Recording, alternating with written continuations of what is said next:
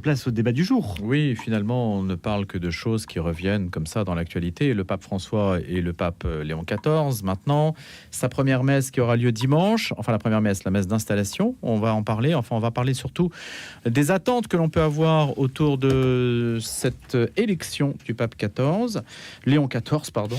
Le pape XIV. Oui, le pape XIV. On a tout dit sur l'antenne. On a dit Louis XIV, on a dit beaucoup de choses.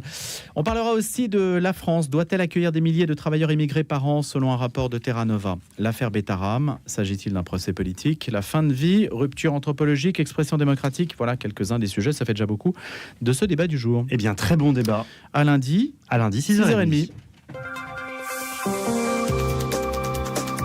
RCF et Radio Notre-Dame, le débat du jour. Auquel il vous est toujours possible de participer via deux adresses, direct@rcf.fr et direct@radionotre-dame.com. En présence, en ce vendredi, d'Elisabeth Geffroy et de Sophie Dravinel. Elisabeth Geffroy, normalienne, rédactrice en chef du mensuel La Nef. Bonjour Elisabeth. Bonjour Louis. Et Sophie Dravinel, chroniqueur à Public Sénat. Bonjour Sophie. Bonjour Louis. Le vice-président américain J.D. Vance va assister à la messe inaugurale dimanche du pape Léon XIV, ainsi que François Bayrou d'ailleurs, qui se rendra sur place. Premier pape originaire des États-Unis qui s'est montré critique de la politique migratoire du gouvernement Trump. C'est donc une rencontre que l'on attend quand même pour savoir un petit peu comment les choses vont se passer, s'il y aura des échanges. Emmanuel Macron a indiqué quant à lui avoir échangé pour la première fois avec le pape Léon XIV par téléphone, avec lequel il a abordé les efforts à mener pour faire taire les armes partout où les conflits sévissent dans le monde. On parlait hier de ce pape médiateur universel qui se pose en médiateur universel.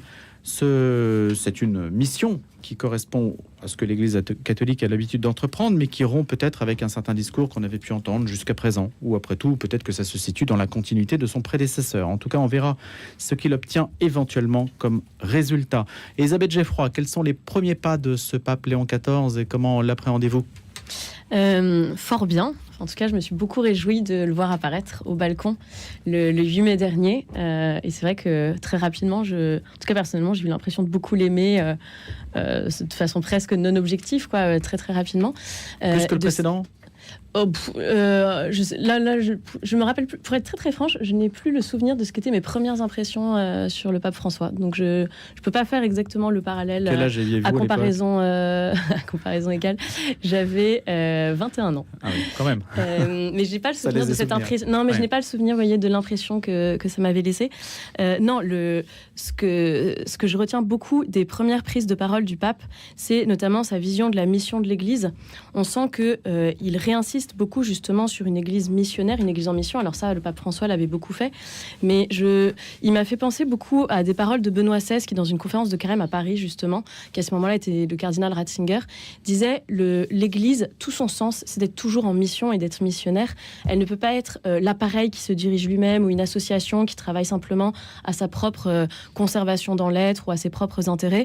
Elle ne peut être là que pour le Christ, que pour sa mission, qui est de faire en sorte que le monde soit une présence pour Dieu. Si l'Église pense être dépositaire de la parole de Dieu, il faut qu'elle l'annonce infatigablement à tous. Mais là-dessus, tout le monde est d'accord, non ? Là-dessus, tout le monde est d'accord, mais en fait, ici, vous voyez, le pape François s'en était beaucoup pris à l'autoréférentialité et en même temps, je pense qu'il était tombé dans certains travers de l'autoréférentialité. Toutes ces histoires de synode sur la synodalité où on se regardait à chaque fois, il fallait regarder l'Église, son fonctionnement, qu'est-elle, etc. En fait, c'était très centré sur l'Église et son fonctionnement, donc sur ce que j'appelle l'appareil qui se dirige ou l'institution humaine, alors que ici, j'ai l'impression que ce pape nous réoriente un peu plus vers le cœur et la substantifique moelle de la mission, et notamment, il a eu des mots assez forts quand il a parlé d'un athéisme de fait. Il montre que la mission s'adresse absolument à tous et peut-être même envers des personnes qui se disent elles-mêmes chrétiennes ou catholiques. Benoît XVI parlait beaucoup de l'athéisme pratique, c'est-à-dire le fait que certaines personnes disent croire en Dieu, mais ne vivent pas comme si Dieu était vraiment... comme si Dieu pouvait changer leur vie et être un paramètre important de leur existence. Qui cela vise-t-il ? Ça vise le catholicisme identitaire ou le catholicisme... Ah non, je pense que ça vise beaucoup plus c'est marrant parce que le pape Léon XIV a eu des paroles quand il était cardinal sur les personnes qui se disaient disciples du Christ mais qui ne voulaient pas le suivre dans l'Église ou avec l'Église. Et donc je pense que ça vise surtout ceux qui disent je crois en Dieu, Dieu existe, mais qui ne veulent pas conformer leur vie à ce message-là ou qui veulent en rester assez extérieurs. Donc là-dessus, la vision de la mission qu'a le pape Léon XIV a l'air d'être tous azimuts et concerner autant les personnes qui n'ont jamais entendu parler du Christ que celles qui le prennent avec une forme de distance, de surplomb ou d'indifférence presque. Sophie Dravinel. Une chose est sûre, c'est que ce pape, comme son prédécesseur et comme Benoît XVI et Jean-Paul II, mais encore plus comme son prédécesseur, a compris que l'Église devait être ad extra, c'est-à-dire vraiment tournée vers l'extérieur, tournée vers les autres. Et cette mission, c'est pour moi la poursuite très claire du travail engagé par le pape François, y compris d'ailleurs dans la synodalité, puisque cette synodalité est comprise non pas comme un travail sur l'Église et sur la curie, dont tous les deux se détachent, même si le pape Léon XIV en a été un acteur, mais ils s'en détachent dans la mesure où justement par la synodalité, ils veulent faire en sorte que cette Église soit plus ouverte vers l'extérieur. Et donc le pape Léon XIV a fait appel à son prédécesseur en disant qu'il allait poursuivre cette question de la synodalité, qui peut être comprise comme une forme de renforcement de l'accès à tous justement à cette Église, et donc d'une plus grande mission aussi offerte à tous les baptisés et non pas seulement aux clercs. C'est ainsi en tout cas que moi je l'ai compris, et une plus grande prise en compte de la vie de tous dans la construction de cette Église, pour justement qu'elle ne soit pas romano-centrée. Et ça, c'est un point qui me semble très intéressant, qui est vraiment une bascule, parce que on l'a vu par la rapidité de l'élection de ce pape, et puis par le choix posé, qui est un pape autant d'Amérique du Nord que d'Amérique du Sud, donc des Amériques, et qui est celle du sud du monde. Pour autant, je ne partage pas ce regard sur le sud global, parce que c'est une réflexion qui est un peu facile, mais évidemment que nous ne sommes plus dans une Église qui est tournée vers l'Europe, vers Rome, et ça on le voit très bien, aussi respectueux des institutions que semble être ce pape, qui a d'ailleurs repris le pallium, qui était celui de Benoît XVI, de Jean-Paul II, cette tenue particulière qu'il a portée au moment de son entrée sur le balcon. Et donc on le voit dans un retour vers un classicisme, non, un respect, un regard différent sans doute de celui du pape François sur les traditions liturgiques. Peut-être, mais ce n'est même pas sûr, mais je pense. Et en tout cas, la conviction que oui, on n'est plus dans la même Église. Sur les questions sociétales, il a l'air moins accommodant que son prédécesseur.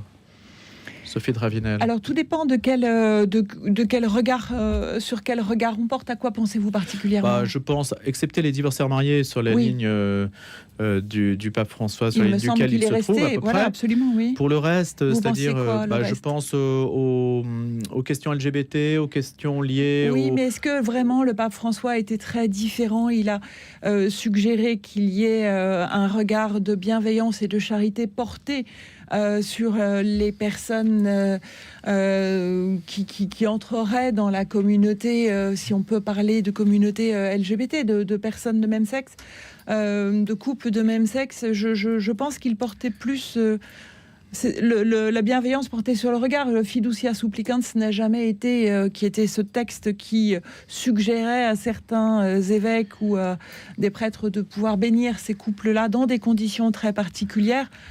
C'était une proposition, ça n'a jamais été une obligation, ça a suscité du débat. Il n'est pas allé jusqu'au bout. Le pape François a vu qu'il avait engagé l'Église allemande, ou que l'Église allemande, sous sa houlette, s'était engagée trop loin dans son propre synode. Il l'a arrêté. Donc je ne sais pas si le pape François était très différent ni de son prédécesseur, ni de son successeur. Là-dessus, Elisabeth Geffroy ? Oui, là je pense qu'un des besoins de ce nouveau pontificat, ça va quand même être d'insister sur ce qui a été la mission confiée par le Christ à Saint Pierre, qui est toi aussi, quand tu seras revenu, affermis la foi de tes frères. Et on dit que les 2 grandes missions confiées par le pape, par le Christ au pape, à Saint-Pierre et donc à ses successeurs, c'est d'affermir la foi de ses frères, donc être le gardien de la doctrine et le gardien de l'unité, le garant de l'unité du peuple de Dieu. Sur ce point de gardien de la doctrine, effectivement, le pape François avait beaucoup plus investi le rôle de pasteur universel. Il avait été vers ce qu'on appelle la pastorale, c'est-à-dire la façon qu'a l'Église, les multiples actions qu'elle met en œuvre pour rejoindre les âmes et annoncer la parole aux âmes qu'elle a en face d'elle. Et la doctrine, de l'autre côté, c'est l'enseignement de l'Église, le contenu de sa foi en matière de foi et de mœurs.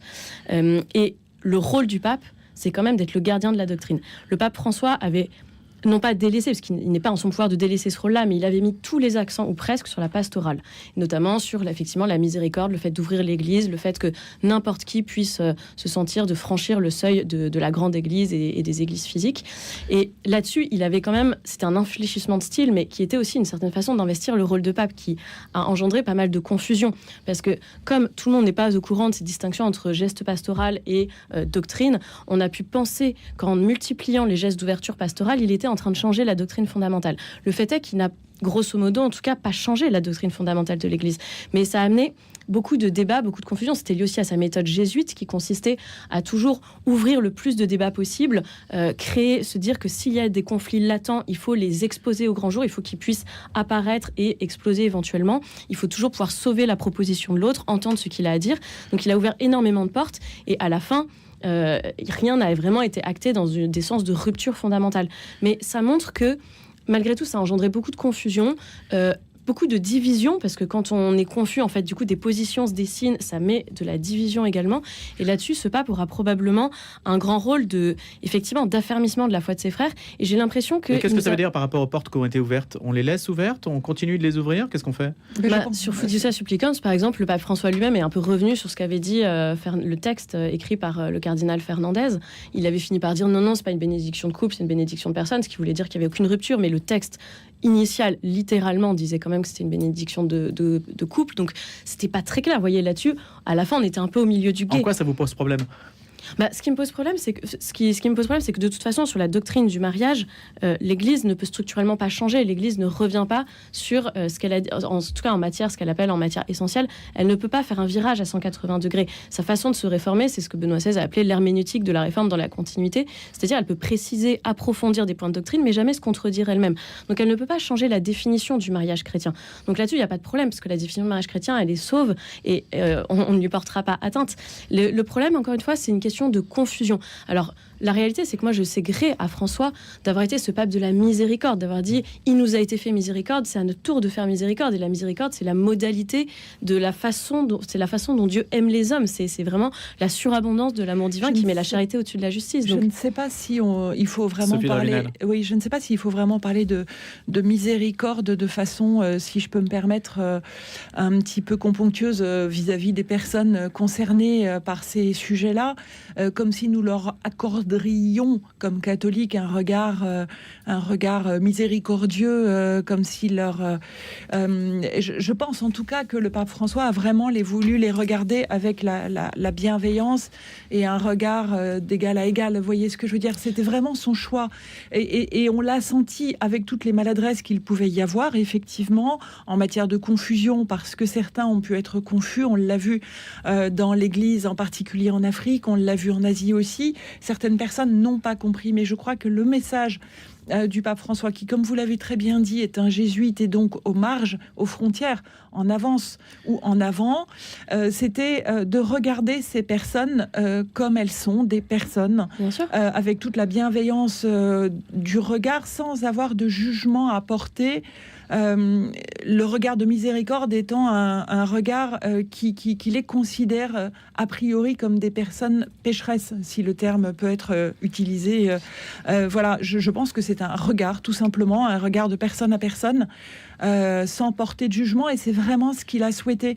Et c'est effectivement extrêmement difficile, parce que l'Église catholique considère qu'il y a un péché dans cette relation, et donc il y a donc il n'y a pas d'équivalence des comportements.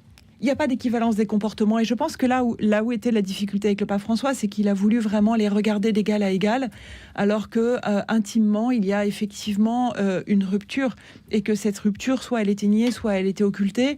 Et c'est cette difficulté de regarder des personnes qui sont en rupture ontologiquement, mais qui, de fait, sont d'égal à égal et doivent être considérées comme telles. Mais là-dessus, c'est absolument évident et je ne peux que souscrire à ça. Évidemment que c'est un regard d'égal à égal et d'égale dignité, d'égal besoin de se faire pardonner par Dieu. Enfin, on sait de toute façon que le plus grand péché, c'est le péché d'orgueil. Donc, le premier qui a besoin de la miséricorde, ce serait vous et moi, si nous étions orgueilleux ou tout plein de notre pseudo bonne morale bien mise en application, etc. Donc, là-dessus, il y a vraiment, à mon avis, pas d'ambiguïté. Mais comme vous le dites, la question, c'était... c'est pas une question de regard d'égal à égal ou d'attitude, parce que là-dessus je pense qu'on est d'accord. C'est simplement que malgré tout l'Église défend une certaine anthropologie, elle développe une certaine vision morale qui est dans le catéchisme de l'Église catholique, dans les encycliques, dans la tradition de l'Église, dans les paroles du Christ aussi. Et là-dessus, ce n'est pas à l'homme de juger, dans le sens, ce n'est pas à nous de décider du sort des personnes et du regard de Dieu sur elles. Maintenant, le jugement, il vient pas des personnes, mais il y a une forme de jugement objectif de l'Église, ou en tout cas de la doctrine, sur les situations. Et c'est toute la différence ensuite entre les personnes c'est toute la différence entre la personne et son acte, entre le pécheur et le péché, après évidemment qu'il y a toutes ces distinctions là qui sont des distinctions que l'Église a toujours mises en avant, et c'est son grand honneur de l'avoir fait. Et la doctrine, elle peut évoluer, mais elle ne peut évoluer que sur des matières contingentes. Par exemple, le pape François a changé des lignes du catéchisme de l'Église catholique sur la peine de mort, ce qui nous paraît être un sujet très important. Donc on se dit comment ça, c'est contingent. Mais sur la guerre juste aussi. Sur la guerre juste aussi, tout à fait, parce que c'est ce qu'elle appelle de la matière contingente. Mais sur ce qui est le contenu dur, le cœur de la doctrine sur la foi et la morale, elle ne peut pas changer à 180 degrés. Donc typiquement, elle ne changera pas la définition du mariage chrétien, par exemple. D'autres chantiers pour le pape Léon XIV, ou des chantiers que vous voyez prioritaires ou nécessaires, sur lesquels il pourrait imprimer sa marque, ou vous l'attendez, Sophie de Ravenel? Eh bien, moi, j'attends de savoir s'il va être effectivement sur quel sujet il va choisir, parce que forcément, il y a un choix. Alors, c'est un choix qui est lié aux conditions dans lesquelles il a été élu, et je pense évidemment à ses premiers mots sur la paix. Donc, évidemment, il est très attendu là-dessus. Emmanuel Macron, hier, l'a eu au téléphone, et il était très fier d'en parler, visiblement. Enfin, je réétablis mon mot. Il était visiblement satisfait de montrer que les premières relations étaient engagées avec ce chef d'État, puisqu'il en est un, le souverain pontife. Et donc Emmanuel Macron était heureux de alors disons qu'on liaison. voyait une photo proposée par l'Élysée où Emmanuel Macron était tout sourire devant ce qui était sans doute une liaison vidéo avec donc le pape Léon XIV. Et évidemment qu'ils ont parlé de Gaza, de l'Ukraine, dans un moment où tout le monde attend de savoir s'il y aura une résolution. Et a priori, ça s'annonce compliqué entre la Russie, les États-Unis, l'Ukraine, en Turquie. Nous sommes en plein dedans et les choses ne semblent pas s'arranger. J'attends de voir quelle pourra être effectivement, comment est-ce que le pape Léon XIV va s'insérer là-dedans comme pape américain, parce que moi, je dois le reconnaître, je m'étais interdit d'imaginer qu'il puisse y avoir un jour l'élection d'un pape de nationalité nord-américaine. Et aussi péruvienne, bien sûr, puisque c'est le premier pape à avoir une double nationalité d'ailleurs. On va se quitter quelques instants pour les infos. Sophie de Ravenel et Elisabeth Geffroy, on va reparler de ces questions à l'aune aussi des migrations ou de la question migratoire. Après les infos que vous présente dans un instant Cécile Mérieux, Sophie de Ravenel et Elisabeth Geffroy dans le débat du jour. Bonjour, je suis Galdric Drapé et je vous propose avec Fabrice Adjadj de prendre 26 minutes pour réfléchir avec l'un des pères fondateurs de la pensée occidentale. Cette semaine, Blaise Pascal et la question « Faut-il que Dieu se cache ?» Matière à penser, c'est une émission de l'Institut Philanthropos les lundis à 18h30 pour vous délasser de votre première journée de travail et le samedi à 10h30 pour bien commencer votre week-end. N'oubliez pas que vous êtes intelligent. Imaginez le requiem de Verdi chanté par 160 choristes. Cette année, 3 chœurs se sont associés à Piacer Canto pour vous proposer des soirées musicales exceptionnelles. Les chœurs, les solistes et l'Académie symphonique de Paris ne feront qu'une seule voix sous la direction d'Henri Didot à l'église Saint-Sulpice les 22 et 23 mai et à l'église de la Sainte Trinité le 27 mai. Réservation sur piacercanto.org pour ces concerts donnés au profit des associations Espérance Banlieue, la Maison Bakita et Arpège 14. Bonjour, c'est Bruno Courtois, directeur de RCF Notre-Dame. Comme moi, vous avez été ému et heureux de découvrir le visage de notre nouveau pape Léon XIV. À Rome, à Paris, à Lyon et dans toutes les radios du réseau, nous sommes mobilisés pour décrypter pour vous et avec vous les enjeux de l'Église, les chantiers à venir et toutes les raisons d'espérer. Soutenez-nous financièrement et n'hésitez pas à parler de nous autour de vous. C'est important car plus que jamais, la voix des radios chrétiennes est attendue. Envoyez vos dons au 6 boulevard Edgar Quinet, à Paris dans le 14e ou via notre site ou notre application. Merci beaucoup.